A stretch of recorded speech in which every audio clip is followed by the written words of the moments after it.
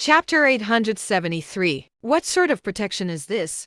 That's a ridiculous amount to pay. Hannah sighed, leaning into Wilbur's ear to whisper, "It's a scam, that's what it is. It used to be just $800,000, but ever since this new head of department showed up, the amount has been constantly increasing.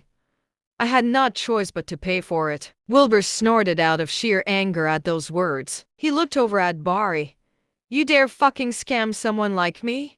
Are you looking to die?" "Watch your tone, sir." Barry got to his feet, staring at Wilbur coldly. "These are orders from the head of the safety department. If you refuse to follow, you're shutting your doors." Wilbur sneered coldly. "Is that so? Do you know about the relationship between Everest Foreign Trade and the president then? It was the president who elected our new head of department, as if someone like you would actually know the president." Barry sneered in disdain. Realization dawned upon Wilbur at last. After Rogan had gotten rid of Lars, he had brought his own friends and family into the system to reaffirm his power. This new head of department, along with Barry, did not make the cut to be an official at all. Wilbur looked at Barry coldly. "Fuck off right now and tell your bullshit head of department that I'll make sure he spends the rest of his life in jail if he gives Everest Foreign Trade any more trouble. Got it?" "Who are you to tell me that?" Barry burst out laughing. "God, this is so funny. A foreign trade company speaking like this in my country? We'd be screwed if we just let you do whatever you want to us, wouldn't we? I guess you leave me no choice but to issue a production ban." Wilbur fell silent. Hannah looked at him unsure what to do herself. A while later, Wilbur said, "How about you get your head of department over here? I'll give him a big present, on top of the $100 million.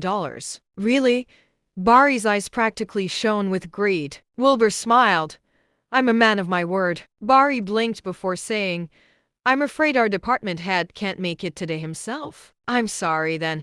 We won't be paying a single cent." Wilbur sat down, lighting a cigarette. Hannah sat next to Wilbur as well, saying nothing. Barry's mind began to race again. He would never have dared to ask for so much money in broad daylight. But the new head of department had just come into position, and he desperately needed cash. Barry had spent a fortune to get the position and had only even gotten it because he was related to the president as well. He now owed a huge debt and still had to pay off his investors. Barry gave it some thought and said, "I'll make a call." "Go ahead." Wilbur smiled. Barry took his phone out, dialing a number.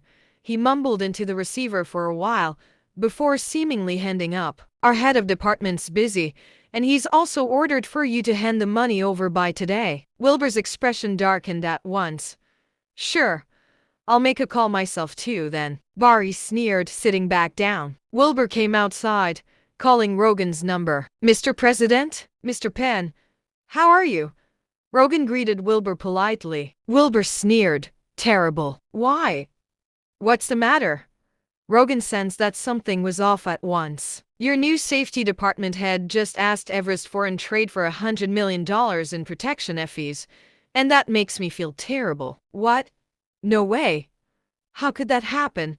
Rogan denied Wilbur's claims at once. Wilbur sneered coldly. "There's a man by the name of Barry who's sat in Hannah's office right now waiting for the money. What do you think I should do?" "Give me a few minutes. I'll send someone over to handle this right now," said Rogan. "I'm hoping you can come here personally and bring that head of department of yours with you. Also, I hope this doesn't happen again."